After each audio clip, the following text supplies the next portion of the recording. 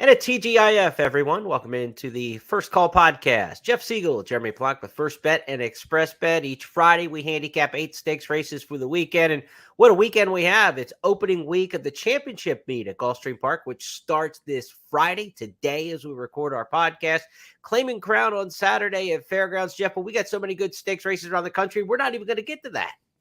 No, I mean, there's plenty of good racing around the country. We usually limit our selections to 8 races. And because Aqueduct's got 4 major stakes races, Del Mar's got a couple, and Gulfstream Park's got a couple of 2-year-old races for Florida breds that are intriguing. I think we'll just stick with that. But if you want to dig down deeper, Fairgrounds has got some great gambling opportunities there with the claiming crown and around the country as well. So let's see if we can deal with what we have, the 8 that we're going to be doing, and hopefully we can pick quite a few winners here. A little stakes news for you. If you didn't see, we talked about this on our Tuesday show, but the Japan Cup winner, Equinox, we were all excited about the world's greatest horse, retired yesterday, Jeff. So how's that for a letdown, huh? No, that was. I mean, I kind of expected that they would probably do that, but you always hope that sometime somewhere someone says, "Screw the money. I want to be." This is a sport. I mean, you raise horses to run them, and I was kind of hoping they would do that. But he ran through his 4-year-old season, so at least he did that. I'll tip my hat to that. But kind of unsatisfying, really, because he did win in Dubai, but I really would have wished that he could have done the Auguste Rodin trip. Be a little more aggressive and don't be afraid to lose. Right. And I don't think he would have lost, no matter if he returned his best form. But Sure. Equinox is done, and we'll look forward to seeing his foals. 4 years from now. Let's look forward to finding the next big star in racing. Maybe it'll happen this weekend. Here's our stake schedule for those of you following on YouTube and on Twitter. Be sure to retweet us, repost us, hit the like button, give us the thumbs up, if you will, on those video channels. On our audio channels, for your benefit, here is the stakes lineup of races Jeff and I will handicap. From Gulfstream Park, we've got 2 in the Florida Sire Stakes Series, the In Reality for the Colts, the My Dear Girl for the Fillies. At Aqueduct, we'll talk about all 4 that Jeff mentioned, the Demoiselle, the Go for Juan, the Remsen, and the Cigar Mile. The 2-year-olds and the older horses all in the spotlight at the Big A. And at Del Mar, it's Hollywood Derby Day on Saturday. We'll talk about the main event as well as the Jimmy Durante on the undercard. If you like to play handicapping tournaments, ExpressBet is the place for you. Just $80 to play in feeder tournaments Friday and Saturday and Sunday this week for Del Mar. Those handicapping feeder tournaments will get you into the opening day challenge December 26th at Santa Anita. There's also $80 Gulfstream Park feeder tournaments on Friday and Sunday this week. And Saturday's got the big $1,000 Gulfstream Pegasus World Cup Breeders' Cup super low ratio qualifier. It's basically for every set number of players in the contest, there'll be another seat given away towards the Pegasus World Cup Betting Championship coming up in January. So big tournament to play this Saturday at expressbet.com. And, of course, tournament play Friday, Saturday, and Sunday in those feeder tournaments to get you to Santa Anita's opening day challenge. Jeff, Santa Anita's not that far away now, December 26th for the first day. Tell the fans a little bit about what you're doing besides the handicapping here between now and the opening of the Santa Anita meet and where they can find your stuff. Yeah, I'll be doing some best plays on the weekends around the country. Have a couple of from Del Mar and a few others this weekend. And I'll be doing that until the opening day at Santa Anita, December 26th. And then I'm really going to dive in. I'm going to do extensive video work this year, really concentrating on the Turf Pick 3 that we have out here. I love that bet. I love turf racing here, and I think, at least in California, I think it's probably true around the country, but the field size is much bigger in the grass races than it is in the dirt, and I think that $3 wager will offer excellent gambling opportunities. And rather than try to do every race at Santa Anita, several of them are small fields. They don't really offer much. I want to try to concentrate more on the bettable, the playable races, the money-making races. So I'll be doing that, and not only doing it in text form, written form, but also video. And I hope that it will be well received. And I will try to spend more time handicapping than I am writing. I think that's where the money is. So we'll try that this winter. We'll see how it's received. But good racing, and of course, if Gulfstream has something that I like, I'll certainly a handicap and send that out as well. All right, let's get to Gulfstream. Let's start with Saturday's co-featured races. There'll be races 5 and 10 on the card. Gulfstream's fifth race will be the Philly, or this is the Colt division, I should say. In reality, the final of the 3-race series for the Florida Sire Stakes this year. Ben Tornado has a chance to become a sweeper of the series, be only the 11th horse in history to win all 3 legs of the Florida Sire Stakes for the Colts. Won the Dr. Feger and won the Affirmed Stakes last time out. Let's go take a look at Ben Tornado in action in the Affirmed. There's a quarter of a mile left to go. Jaramillo nursing the speed of Ben Tornado. He's off the turn, and it's time to go to work. He's 3 on top with an eighth of a mile to go. Hurricane Nelson tried, but he's being outkicked. Mattingly tries to rally into second. 3/4 and 10 flat. We're on our way for a possibility of a series sweep as Ben Tornado will go 2 for 2 in the series. He wins the Affirm by 3 in the end. 2 for 2 in the series, but 4 for 4 overall. They haven't touched him yet, Jeff, and he's won in open company. Of course, this is back against the restricted Florida breds in this particular spot. Is it Ben Tornado's race to lose? Yeah, it is, but he's got to prove that he can handle 2 turns and be as effective. He's by a horse named Valiant Minister, Candy Ride Stallion, who ran only once in his career here at Santa Anita for Bob Baffert, and ran 8 and change, looked like a superstar in the making, got hurt, and never ran again. So it doesn't surprise me that he can get a good horse. He could have been a good horse himself, never had a chance. They gave a lot of money for this horse in the 2-year-old training, say 170. But today we'll find out if he's just nothing more than a sprinter. Yeah. Even though at 2 to 5 you can't gamble on him, I'm going to watch the race because, I mean, his numbers are good. I mean, his sprint numbers are good. And he just won going 7/8, but sometimes 7/8 doesn't necessarily always transfer to 2 turns. So inside draw, he's probably going to make the lead and look good winning. But, you know, what kind of number will he earn? How will he look? And will he be able to, challenge the open horses, the open 3-year-olds after the first of the year? Most of these are rematch from the Affirmed Stakes. The new shooter, the X factor in here, it could be Braun. Braun's a horse coming out of the Aventura Stakes and the Armed Forces, 4th in both of those. Notably, those races were open company, and more notably, those races were at a mile around 1 turn and a mile and 70 on the Tapeta around 2 turns. So Braun actually has some 2-turn experience and has been running in open company. It would seem to me that if Ben Tornado is not up to the test, that Braun might be the next best option here. Yeah, and blinkers going on, so that's always a factor with a young horse. Sometimes they step forward considerably. I could see him for sure at 10 to 1. If he doesn't win it, maybe he can run second and make the exacta worthwhile, because you're not making any money at 2 to 5 in the morning line with the favorite. Right. Now, when you play Gulfstream Park races today for opening day, Saturday during these stakes that we're talking about, or any day of the championship meet, you get 10 times Express Bet Wager Rewards points. So a big promotion there throughout the course of the championship meet. So be sure, if you're going to bet Gulfstream Park this winter, spring, do so with First Bet and Express Bet for 10 times Express Bet Wager Rewards points, First Bet Wager Rewards points when you play Gulfstream. The My Dear Girl Stakes is race number 10, co-featured on Saturday. This is the Phillies version of the what we see in reality. It's the final leg of the Florida Sire Stakes 3-race series for the Phillies in here, and no chance of a sweep in here because we don't have anyone who's won 2 in a row, but we do have the filly R. Harper Rose, who won the Susan's Girl, which was the second leg of the series, and she did so in dominant fashion, winning by 4. She hasn't been touched in 3 starts, Jeff. What do you make of R. Harper Rose here? Well, 3 for 3, as you mentioned. She's similar to the Colt in that now she's got to prove that she can handle 2 turns. I like the fact that in her sprint races, she's always drawing off. She's not opening up and then hanging on. So there's a chance that she will be as effective around 2 turns, especially against this group. But the same thing holds with her, is that after she gets done with Florida breds, if in fact that she will beat this field at 4 to 5 on the morning line, then we'll find out how good she is in open company. And sometimes these Florida breds, they kind of find themselves out of their element when they have to step out in open company. But sometimes they can't. You just never know. And that's, to me, the intriguing part about this Safi Joseph trained daughter of Kozan, who, by the way, was similar to the Valiant Minister in that he was a beautifully bred colt who showed promise but never had much of a career, didn't stay sound long enough. Yeah. But is eligible to get a good filly or a good colt, and we'll find out maybe today how good R. Harper Rose might be.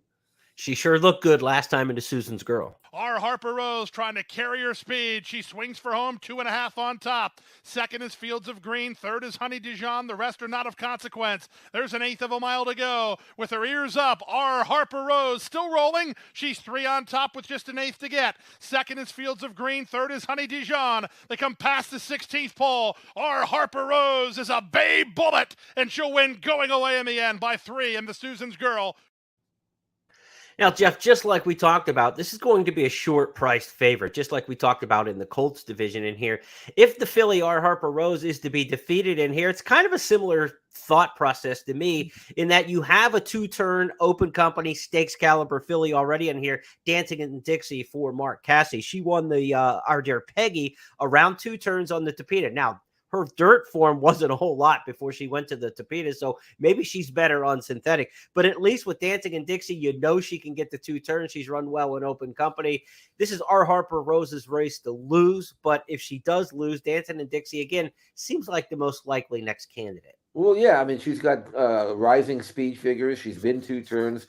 You mentioned her first 2 races weren't all that good, but they were sprints. And she's got enough tactical speed to kind of fold over and keep our Harper Rose within range. And then it's just a matter of who can stay the distance. We know that Dancing in Dixie can. She's not as fast on numbers as our Harper Rose, but she's not that far removed either. And in watching our Harper Rose's video, I'm not totally convinced that she really wants to run this distance, which does not make the 4 to 5 on the morning line very attractive, even though her form looks pretty good. So she's got more to prove, I think, than the Colt. And she also has maybe a better challenger in this race than the Colt does. So I think it's going to be interesting. I think Ben Tornado is more likely of the two to duplicate his form, but perfect in 3 starts. It's hard to fault our Harper Rose, so she'll get a chance to show what she can do. I was just going to ask you that of the 2 odds-on favorites in here, which one do you think is most vulnerable? And it sounds like our Harper Rose is the answer to that so. Before I even had to get the question out. Let's go to Aqueduct now. It's going to be Cigar Mile Day on Saturday, the last really big day in the Northeast of racing for 2023. 4 graded stakes races, the 2-year-old fillies in the De Moselle. You got the Distaff division in the Gopher 1. You got the 2-year-old Colts on the Derby Trail and the Remsen. And then, of course, the Cigar Mile. Some years has championship implications. We do not have a championship quality field and any contenders for Eclipse Awards here late in the season in the Cigar Mile, but we do have a good betting race, and it'll be our express bet race of the week. All right, Jeff, let's go to the De Moselle. That's the first one up at Aqueduct in terms of the stakes we want to handicap. Races 7, 8, 9, 10 in succession. So an all stakes pick 4 part of the mix here. De Moselle grade 2, $250,000. It's a 1 mile and an eighth at Aqueduct, which means it's 1 lap around there over the 2-turn configuration at the Big A. What'd you make of this field? Well, Life Talk comes out of 2 grade 1s, and this is kind of the significant, the easier spot for her. And I like the fact that, she's run well in those races. It's not like sometimes you come out of a race, but you're never in it. So, okay, you're overmatched. It doesn't prove anything. But Life Talk, I thought, did run well 2 races back when she was 3rd to Just FYI in the Frizette. Nothing wrong with that. No. And there was certainly nothing wrong with her effort in the Breeders' Cup Juvenile Fillies. Again, behind Just FYI, some really good fillies behind her in that race. So, now she's had a month off, which is what I like. I'm not always that crazy about wagering on horses coming out of the Breeders' Cup, but she's had a month, and she's also had a nice breeze the other day, and so I think she's going to be okay for Pletcher. She's drawn inside. Numbers wise, she's solid, and this is not a real strong field with regards to speed figures and regards to fillies that have done run fast. Most of these haven't. It doesn't look like a real strong field. And 2-year-old fillies going 1 mile and 1/8 at Aqueduct in December. It's often a stagger fest, Right. And I think Life Talk is fit. She's been the distance, and she's run against better horses. So whether or not she's a gamble at 8 to 5 on the morning line and possibly going lower than that, I don't know. But it would be she would need to regress to lose this race, I would think. sometimes these races, like you said, stagger fest, and nobody wants the mile and an eighth, so they kind of become carousels. This Yeah. race, the Demoiselle, the Remsen, we see this over the years. So if that's going to be the case, give Vino Rouge a little bit longer look, because I think this is the horse who makes the lead. Blinkers on for Tony Dutrow.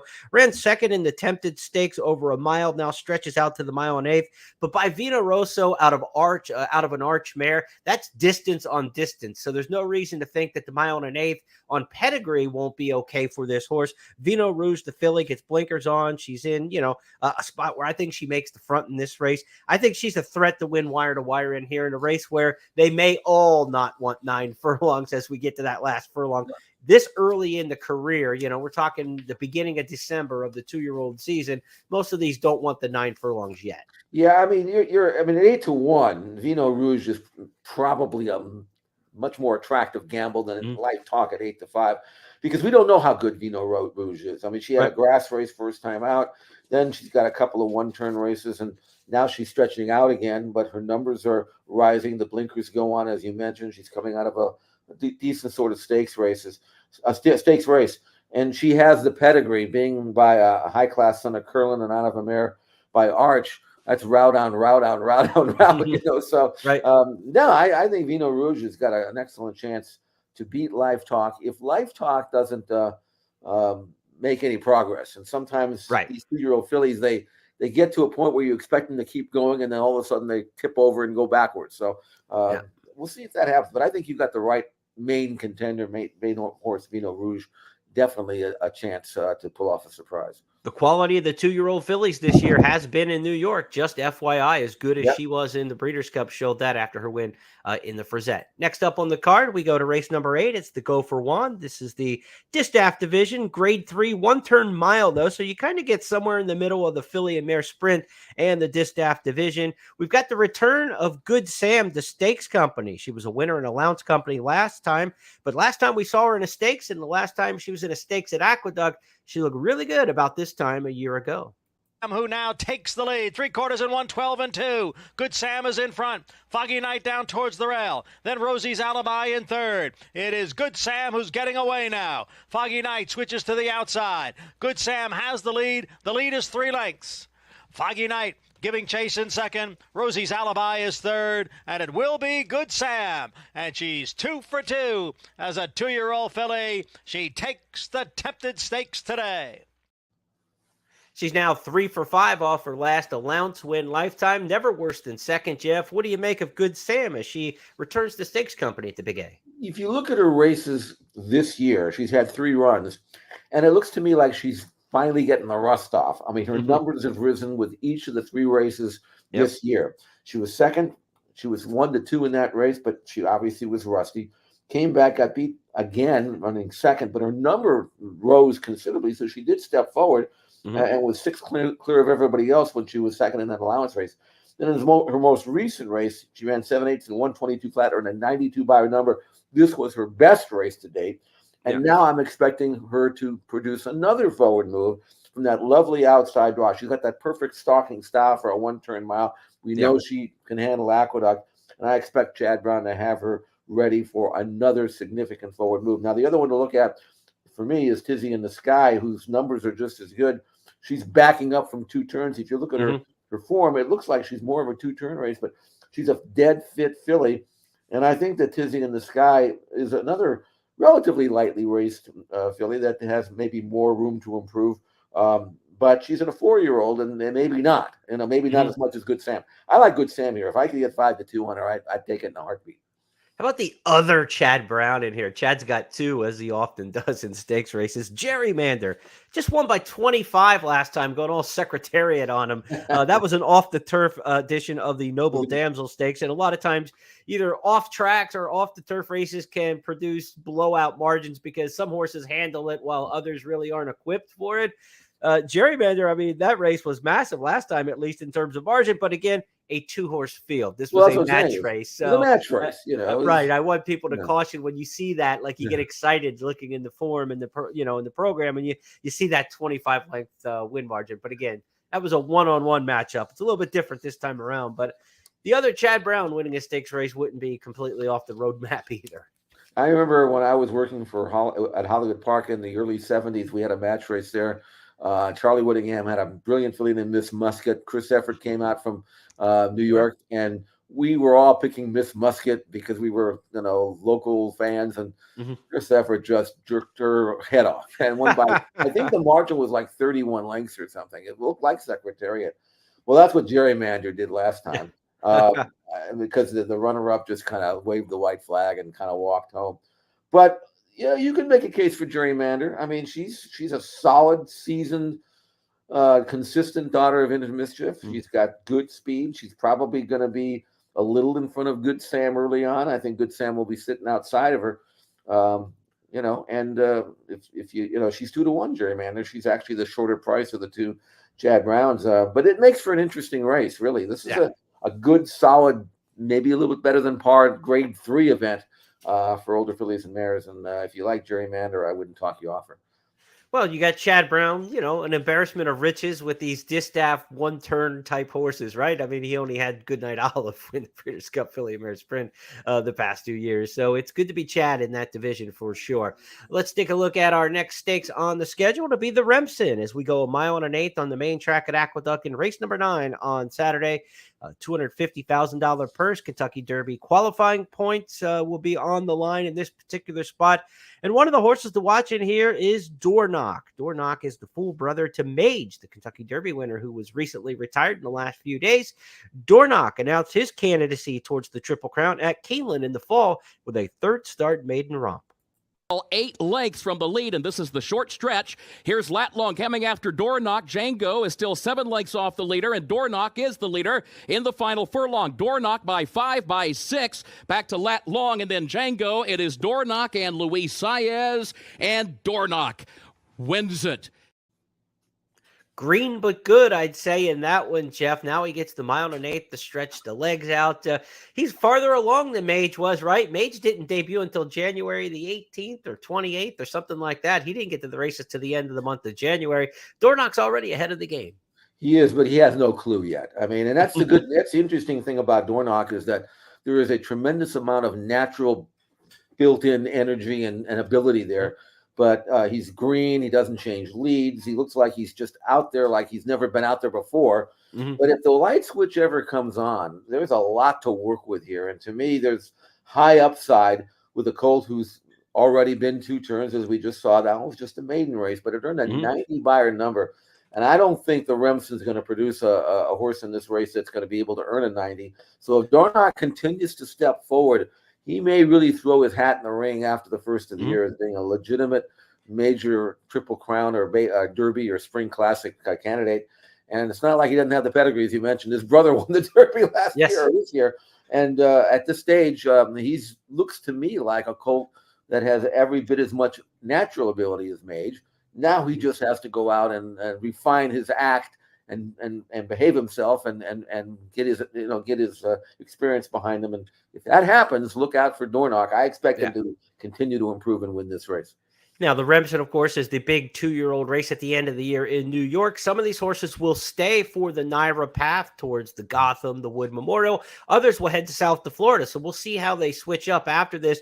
Door Knock would make a lot of sense to end up in Florida. Danny Gargan, the trainer, will have a string at Gulfstream during the winter, of course. And again, that Mage path, that Mage came out of Florida last year. Makes a lot of sense to go down for the better weather if you have a horse capable of competing in Florida. Of course, you could always go down to Florida and ship around too, as we see happens with some of these New York winter horses over the course of the years. Copper Tax has a 5-race win streak coming north from Maryland for Gary Capuano. Interesting. And another one in here, already a stakes winner that we need to talk about, is Where's Chris for trainer Rick Dutrow.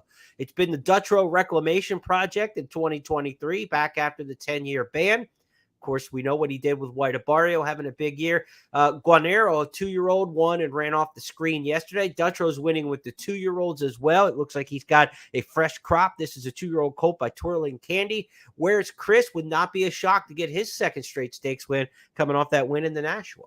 Well, the funny thing about him is he brought $20,000 in the Ocala April sale. That's like giving the horse away. Like whoever can sign that horse was just take him. He'll take the 20 and good luck. And yet here he is. He's already a stakes winner, stakes placed, numbers are good. Pedigree suggests out of a mare by Lemon Drop Kid, and of course the Twirling Candies can run on, that this horse will handle 2 turns. I don't know, about 1.8 miles. Right. But he is. Anytime you see something like this from Dutrow, you've got to, in the back of your mind, you have to say to yourself, this guy does a lot with little. And, where's Chris? I don't know what they thought of him back in April, but I wouldn't mind having 20 grand in him. I can tell you that. Right. What kind of edition of the Remsen is this? We haven't talked about Todd Pletcher, Brad Cox, or Chad Brown, who all have horses in this race, right? I mean, with some of the headliners, with Door Knock and with Where's Chris off the stakes win for Dutrow. This is a deep edition of potential. There's not a lot on paper. Rarely is there ever, though. That's not an excuse or a knock on this edition of the Remsen per se, because we don't know with these horses at this point. Usually they're non-winners at 2 this time of year that are attempting these stakes races and seeing where they land and setting themselves up for winter. But looking at connections, looking at pedigrees, looking at sales prices, there are a lot of different options in this particular race that could produce something down the line. The Remsen is one of those races I will knock in saying, it rarely produces the horse you think it's going to produce. A lot of times the Remsen winner does not have any impact whatsoever on the Triple Crown Trail, but they're well thought of going into the winter because they have that 9 furlong win. Again, we caution, just like we talked about with the De Moselle, these mile and eighth races historically have defaulted a lot of times to carousels. If you can identify the speed in the Remsen Stakes, it just might be a wire-to-wire job, as none of them prove that they want the 9 furlongs this time of year. We shall see. Jeff, let's move next to the Cigar Mile. It's the express bet race of the week. It's the final stakes of 4 in succession on Saturday at the Big A.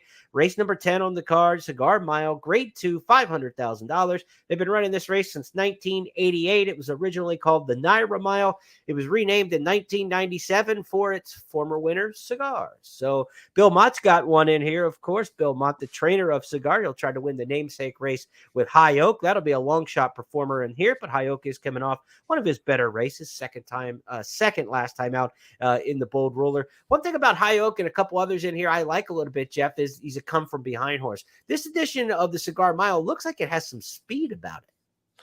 Yeah, and that's why I ended up with Senor Buscador. He's not a bad horse. I mean, he's obviously tough. And I looked at him and then I said, he's a little sluggish. He'll be running on late. He's won 6 races. I think that's fine. But then I went to my video, analysis, and I ended up with Hoist the Gold on top. Although if I was playing rolling exotics, I would also use Senor Buscador. But Hoist the Gold won the Phoenix. I thought that was a good race, triple-digit buyer number, and then they threw him to the Wolves in the BC Sprint, and I mean, he was a big price that day, as he should have been, 26-1. Just a killer monster race. Yeah, there were some really, really good horses, the Chosen Drawn being one of them, that simply were outfooted in a race that had just outstanding horses in the race. I mean, obviously, Elite Power, Gunite, Nakatomi. I mean, they're good horses. And I went back and watched Hoist the Gold's race in that race, and I thought he ran well. I mean, he was outrun. But he stayed on nicely. He tried hard. He didn't quit. He just was outrun. But I was looking at the rest of these horses, and I'm saying, if any of those horses were in that same race, would they have run as well? And my answer was no. Right. I mean, he's had a month off. He should be fine. A 1-turn mile coming out of a series of very hot sprints, one of which that he won. Man, I think a 1-turn mile is right up his alley. In fact, he won years back. I mean, he won or he ran well. No, he actually ran second in the Churchill Downs, but he's won some races that way. So anyway, bottom line is I like him, and I like 8-1 or whatever he's going to be. Johnny V knows him well, rides him back. Man, I like Hoist the Gold here. I really do. And like I say, if it's not him, then I think Senor Buscador is going to be running on strong debate for the reasons that you mentioned.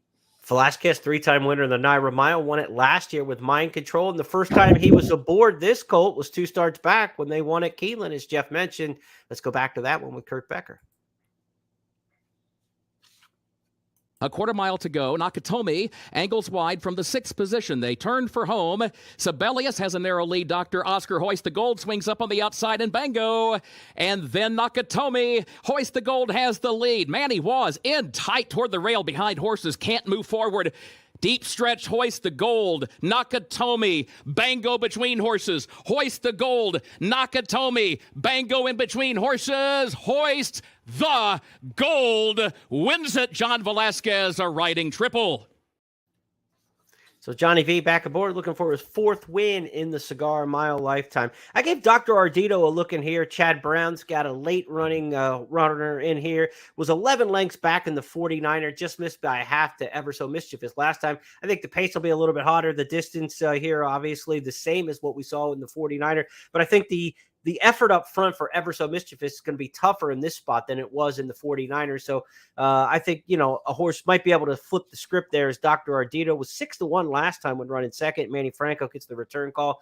Could be a nice price again. I think it's going to get bigger than 6-1 on Dr. Ardito this time, even though last out just missed by a half length. So I'll take a shot with that one in a race that I think it's got a pretty great betting race, though. Full field in here, and the final of an all-stakes pick for Saturday at Aqueduct. Definitely one you want to keep your eye on. So let's move now from Aqueduct to Del Mar on Saturdays. We have 2 more stakes races to handicap for you on Hollywood Derby Day at Del Mar, where the turf and surf meet. We've got 1 mile Jimmy Durante on the grass as race number 5. First up to talk about, this is a $100,000 grade 3 stakes. And these are 2-year-old fillies on the grass. Jeff, what did you make of the Jimmy Durante, and who do you like? Well, Lady DeBerry is a Chad Brown shipper by Practical Joke. Broke her maiden nicely, earned a good number at Keeneland. That was her first time around 2 turns, first time on grass, just her 2nd career start. I think she's extremely live.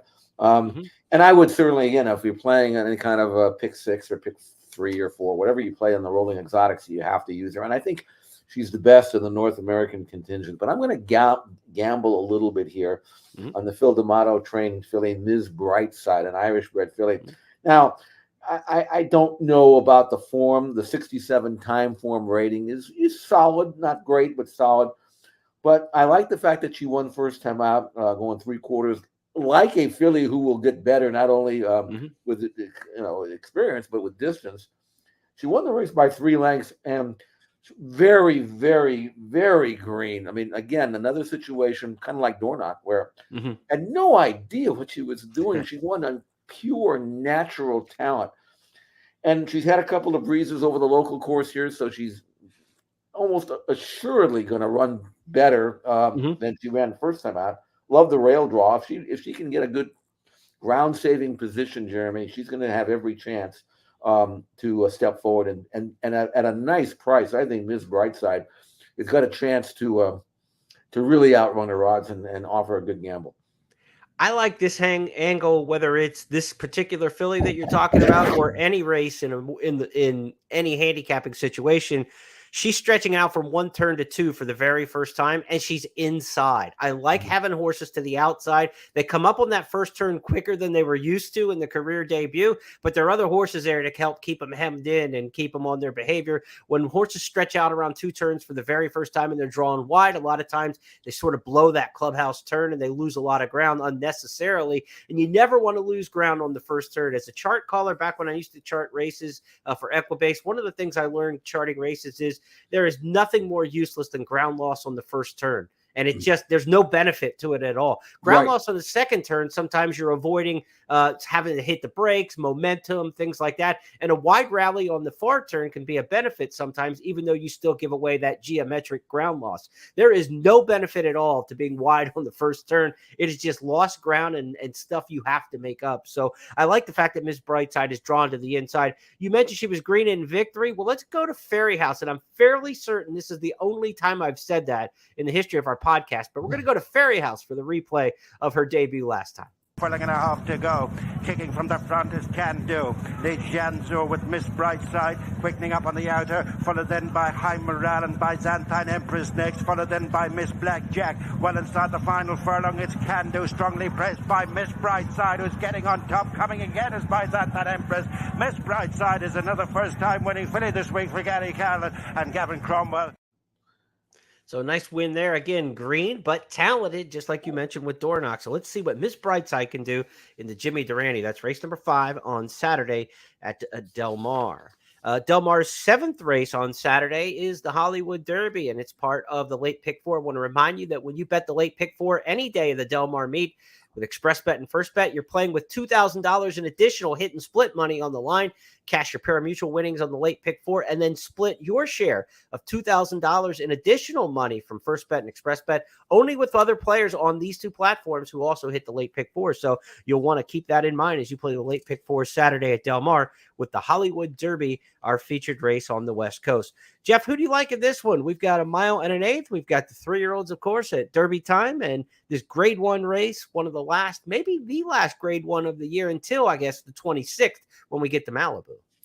Yeah, I looked at this race. First of all, 6 out of the 9 come out of the same race, the Twilight Derby, and we'll take a look at that race in a bit. But what we'll notice is they all kind of finished in a heap.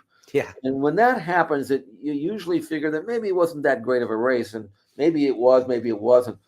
But I think Seal Team, who won that race, and I loved him in that race at 7-1, and was expecting that he would improve enough to win after beating older horses, which was a key factor for me in the allowance race, and then coming back with 3-year-olds. So he ran as well as I thought he ran, but in doing so, I still think there's more to give there. I think he's a late developing Warfront colt.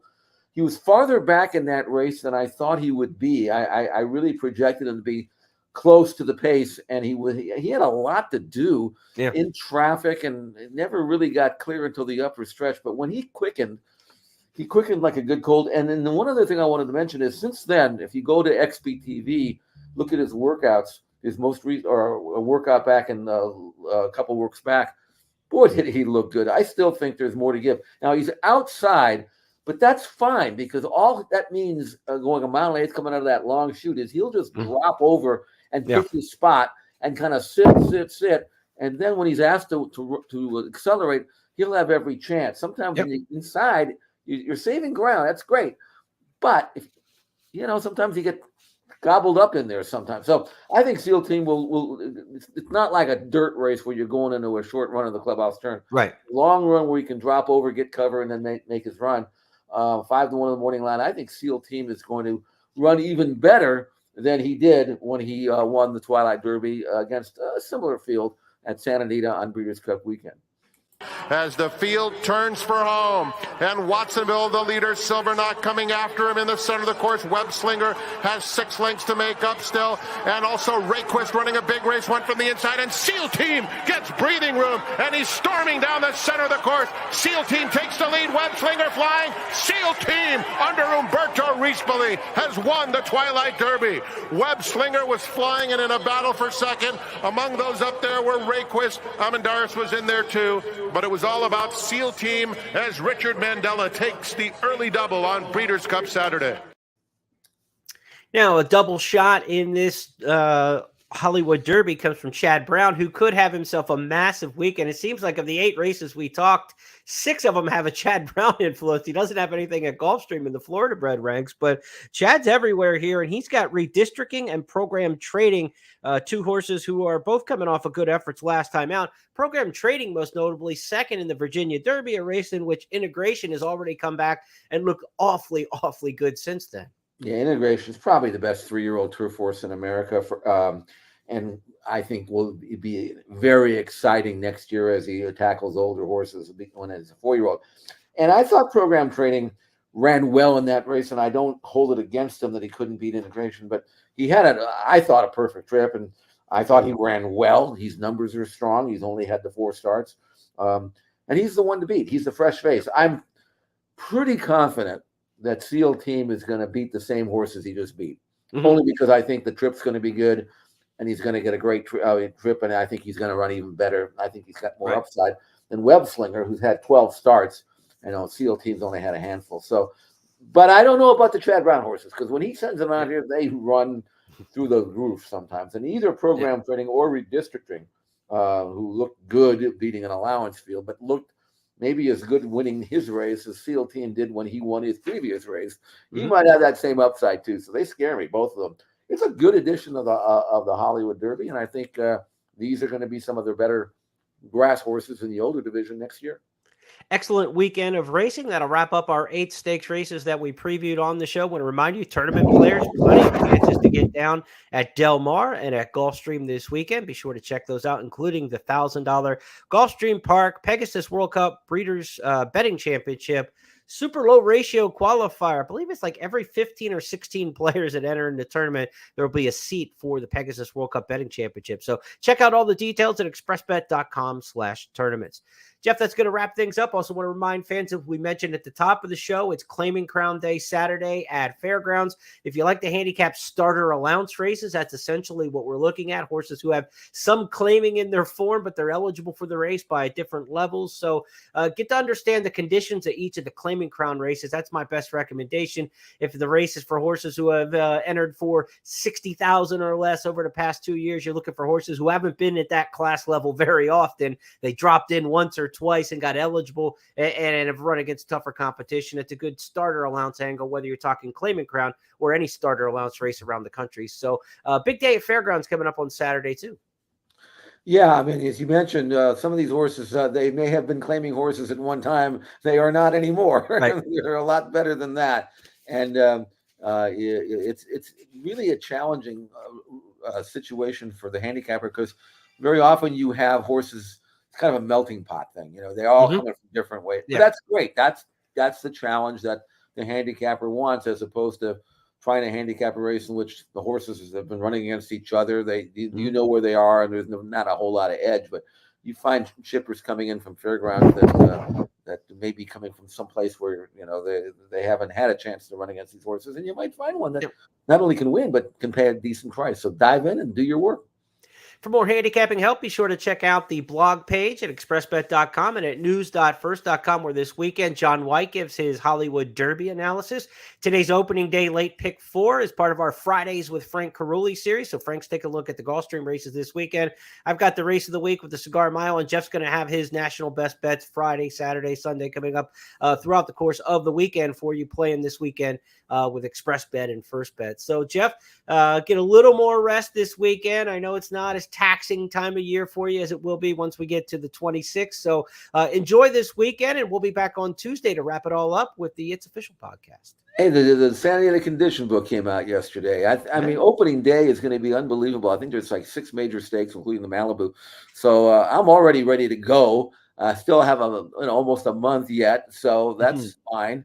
But it's good to be fresh. You know, you need freshening is good. I always like to bet on horses that are fresh. Maybe the handicapper will fire fresh too.